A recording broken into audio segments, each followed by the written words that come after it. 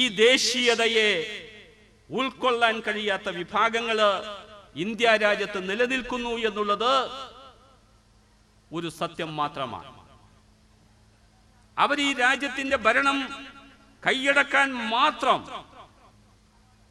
ശക്തരാണ് എന്ന് പറയാൻ പറ്റില്ലെങ്കിലും ജനാധിപത്യത്തിലെ വോട്ടുകളുടെ തിരിമറികളുടെ അടിസ്ഥാനത്തിൽ ഡൽഹി സിംഹാസനം ഭരിക്കാൻ അവർക്ക് കഴിയുമെന്ന് തെളിയിച്ചു കൊടുത്തവരാണ് അവരും. ഇവിടെ സൂചിപ്പിച്ചതുപോലെ രണ്ട് കക്ഷികൾ നേതൃത്വം കൊടുക്കുന്ന രണ്ട് മുന്നണികളാണ് നമ്മുടെ മുന്നിലുള്ള പ്രശ്നം. ഒന്ന് ഇന്ത്യൻ നാഷണൽ കോൺഗ്രസ് നേതൃത്വം നൽകുന്ന മതേതര മുന്നണിയും മറ്റൊന്ന് BJP നേതൃത്വം നൽകുന്ന സംഘ് പരിവാർ സംഘടനകളുള്ള മറ്റ് മുന്നണിയും. ഈ രണ്ട് മുന്നണികളെ ശക്തമായ ഒരു മാറ്റുരക്കല് ഏതാനും മാസത്തിനുള്ളിൽ നമ്മുടെ സംസ്ഥാനത്ത്, നമ്മുടെ രാജ്യത്ത് നടക്കാൻ പോവുകയാണ്. ഇവിടെ നമ്മൾ മനസ്സിലാക്കേണ്ടത് ഇന്ത്യയിലെ ഹൈന്ദവ വർഗീയത അത് ഇന്നും ഇന്നലെയും തുടങ്ങിയതല്ല. സ്വാതന്ത്ര്യത്തിന് ശേഷമുണ്ട്, സ്വാതന്ത്ര്യത്തിന് മുമ്പും ഉണ്ടായിട്ടുണ്ട്. സ്വാതന്ത്ര്യത്തിന് മുമ്പ് വളരെ ശക്തമായി നിലനിന്നിരുന്നു എന്നുള്ളൊരു വസ്തുതയാണെങ്കിൽ സ്വാതന്ത്ര്യത്തിന് ശേഷം, പ്രത്യേകിച്ച് ഗാന്ധിജിയുടെ മരണത്തിന് ശേഷം, ഹൈന്ദവ വർഗീയതയെ തടയപ്പെട്ടു നിർത്താൻ കഴിഞ്ഞിരുന്നു എന്നുള്ള വസ്തുത നമ്മൾ ഓർക്കേണ്ടതുണ്ട്. പിന്നീട് ക്രമേണ അവരുടെ പ്രവർത്തനങ്ങൾ സജീവമാകുകയും രാജ്യത്ത് മതനിരപേക്ഷതാ സ്വഭാവത്തിലുള്ള സർക്കാരിന്റെ പ്രവർത്തനങ്ങളിൽ പോരായ്മകളും വീഴ്ചകളും വരികയും ചെയ്തപ്പോൾ അതിൽ കൂടി നുഴഞ്ഞു കയറി ഇന്ത്യയിൽ ഒരു പ്രധാന ശക്തിയായി മാറാൻ വർഗീയ കക്ഷികൾക്ക് കഴിഞ്ഞു എന്നുള്ളത് ഒരു വസ്തുതയാണ്. അവർ മതേതരത്വത്തോട് എന്ത് സമീപനം സ്വീകരിക്കുന്നു, ജനാധിപത്യത്തെ ഏത് രൂപത്തിൽ കാണുന്നു എന്നുള്ളത് കഴിഞ്ഞ കാലങ്ങളിൽ അവർ തെളിയിച്ചതാണ്. ഇന്ത്യൻ ജനാധിപത്യം പാർലമെന്ററി സമ്പ്രദായമാണ്.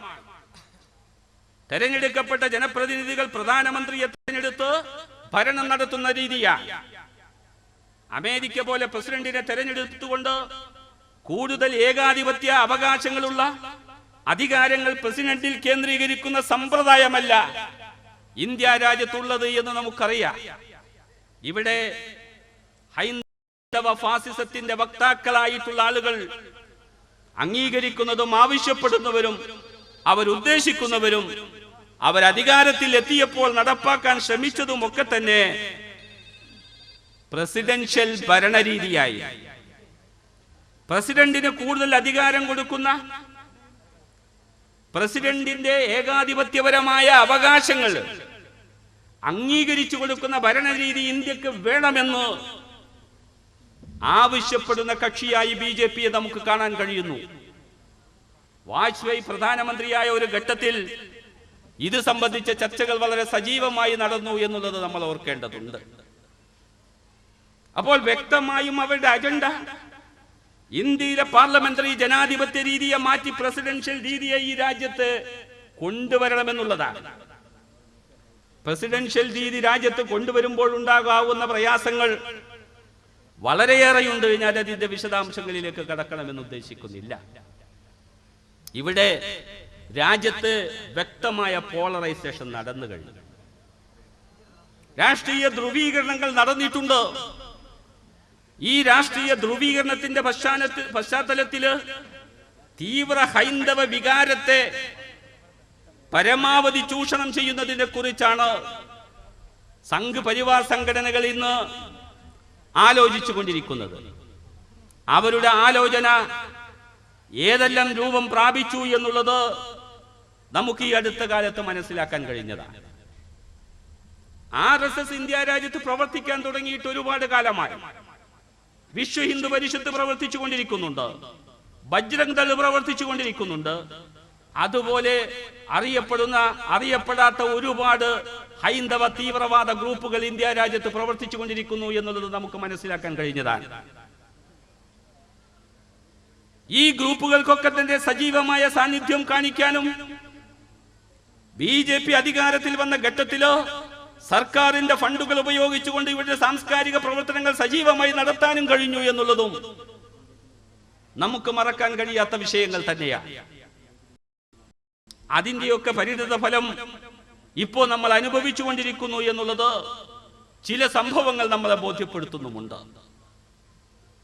ആ സംഘടനകളുടെ ഹൈന്ദവ ചിന്തകൾക്ക് അതിൽ നിന്ന് തികച്ചും വ്യത്യസ്തമായി തീവ്രവാദപരമായ ഒരു കാഴ്ചപ്പാട് കണ്ട് മതേതര ജനാധിപത്യ ഇന്ത്യയിലെ നാനാത്വത്തിലുള്ള ഏകത്വമല്ല ഏകത്വമെന്നും ഇന്ത്യയുടെ അടിസ്ഥാന നയമെന്നും ഹിന്ദുത്വമാണ് ഇന്ത്യയുടെ ദേശീയത എന്നും വിശ്വസിക്കുകയും അതിനുവേണ്ടി നിലകൊള്ളുകയും ചെയ്യുന്നവരാണ് BJP-യെ നിയന്ത്രിച്ചു കൊണ്ടിരിക്കുന്ന സംഘപരിവാർ സംഘടനകൾ എന്ന് നമുക്കിപ്പോൾ മനസ്സിലാക്കാൻ കഴിയുന്നു.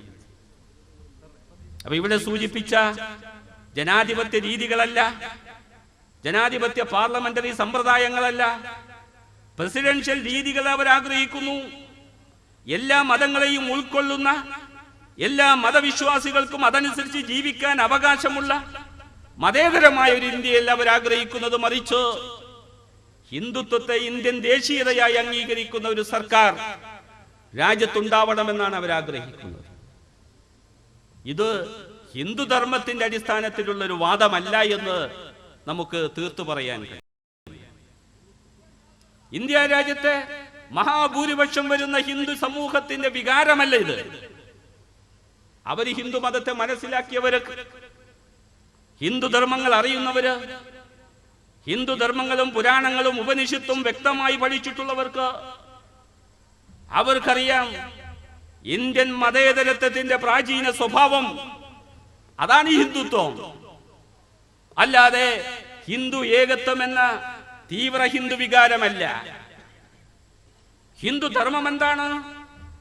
ക്രിസ്ത്യൻ മതത്തെ പോലെയോ ഇസ്ലാം മതത്തെ പോലെയോ സാമ്പ്രദായിക മതമല്ല എന്ന കൊണ്ട് തന്നെ ഒരുപാട് ആശയങ്ങളെയും ധർമ്മങ്ങളെയും ഉൾക്കൊള്ളുന്ന സമ്മിശ്രമായ ഒരു സ്വഭാവം അല്ലെങ്കിൽ ഒരു സംഘം ചേരലാണ് ഹൈന്ദവ ധർമ്മങ്ങൾ.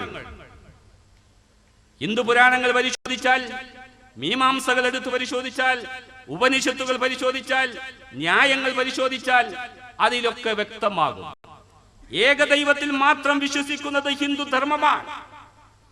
അങ്ങനെ വിശ്വസിക്കുന്ന ഹിന്ദുക്കൾ, ദൈവം ഏകനാണ് എന്ന് വിശ്വസിക്കുന്ന അനേകായിരം ഹിന്ദുക്കൾ ഇന്ത്യ രാജ്യത്തുണ്ട്.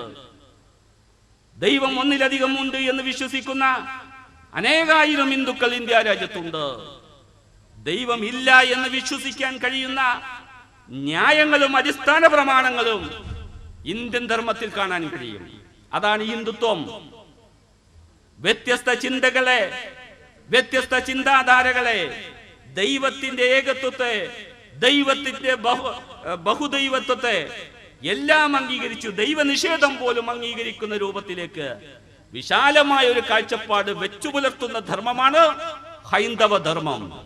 ആ ധർമ്മത്തിന്റെ വളരെ പ്രാചീനമായ സ്വഭാവമാണ് മതേതരം എന്ന് നമുക്ക് കാണാൻ കഴിയുന്നു. നമ്മൾ അഭിമാനപൂർവ്വം ഉയർത്തിപ്പിടിക്കുന്ന സെക്യുലറിസം, മതനിരപേക്ഷത ഇന്ത്യയുടെ പൈതൃകമാണ്, ഇന്ത്യയുടെ പാരമ്പര്യമാണ്. അത് ഹിന്ദുത്വത്തിന് വിരുദ്ധമല്ല. അതുകൊണ്ട് ഈ രാജ്യത്തെ ഹിന്ദുക്കളെ, മുസ്ലിങ്ങളെ, ക്രിസ്ത്യാനികളെ, പാർസികളെ ഒരുമിച്ച് ഒറ്റക്കെട്ടായി കാണുക എന്നുള്ളതാണ് ഹൈന്ദവ ധർമ്മമെങ്കിൽ ആ ധർമ്മത്തിന്റെ വിശാലമായ കാഴ്ചപ്പാട് അംഗീകരിക്കലായിരിക്കണം ഹിന്ദു മഹാഭൂരിപക്ഷത്തിന്റെയും ആഗ്രഹം. നമ്മുടെ രാജ്യത്തെ മഹാഭൂരിപക്ഷം എന്തെല്ലാം പ്രലോഭനങ്ങളും പ്രകോപനങ്ങളും ഉണ്ടെങ്കിലും ഈ സിദ്ധാന്തങ്ങളെ മുറുകെ പിടിച്ചുകൊണ്ട് മഹാഭൂരിപക്ഷം ഹൈന്ദവ സഹോദരന്മാരും മതേതര ചിന്തകൾ അംഗീകരിക്കുന്നു എന്നുള്ളത് എന്തുമാത്രം അനുകൂലമായ, എന്തുമാത്രം സന്തോഷകരമായ നിലപാടായിട്ടാണ് നമുക്ക് കാണാൻ കഴിയുന്നത്. ചെറിയൊരു ശതമാനം മാത്രം അനാവശ്യമായി ഹിന്ദുത്വത്തെ ഏകത്വം എന്ന് കാണിച്ചുകൊണ്ട് ആ രൂപത്തിലുള്ള ഏകീകരണം വരുത്താനുള്ള കുടുസായ ശ്രമം നടത്തുന്നതാണ് ഹൈന്ദവ തീവ്രവാദമായി പരിണമിച്ചിട്ടുള്ളത്.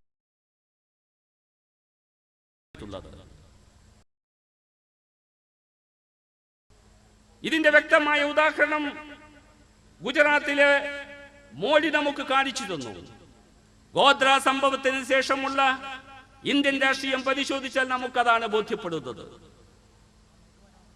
ആ ധ്രുവീകരണത്തില് ഇന്ത്യ രാജ്യത്ത് വന്നിട്ടുള്ള മാറ്റങ്ങളും നമുക്ക് കാണാൻ കഴിഞ്ഞതാണ്. ഏറ്റവും ഒടുവില് മലഗാവിലെ സ്ഫോടനത്തിന് ശേഷം ഈ ഹൈന്ദവ തീവ്രതക്ക് വന്ന രൂക്ഷമായ ഭാവവും നമുക്ക് കാണാൻ കഴിഞ്ഞു. മലേഗാവ് സ്ഫോടനത്തിലെ പ്രതികളായി ഈയിടെ കൊല്ലപ്പെട്ട ATS മേധാവി കാർക്കര കണ്ടെത്തിയിട്ടുള്ള പ്രതികളുടെ ലിസ്റ്റ് എടുത്ത് പരിശോധിച്ചാൽ അത് ബോധ്യപ്പെടും. ഞാനിവിടെ ചില പ്രസംഗങ്ങളിൽ സൂചിപ്പിച്ചതാണ്, നമ്മൾ മനസ്സിലാക്കിയതാണ്. ഞാൻ നേരത്തെ സൂചിപ്പിച്ച ഹൈന്ദവ തീവ്രവാദ സംഘടനകളെക്കാൾ കൂടുതൽ വിഷമുള്ള, അതിനേക്കാൾ കൂടുതൽ സങ്കുചിതമായി ചിന്തിക്കുന്ന ഹൈന്ദവ ഗ്രൂപ്പുകൾ തീവ്രവാദത്തിന്റെ പേരിൽ സൃഷ്ടിക്കപ്പെട്ടിരിക്കുന്നു.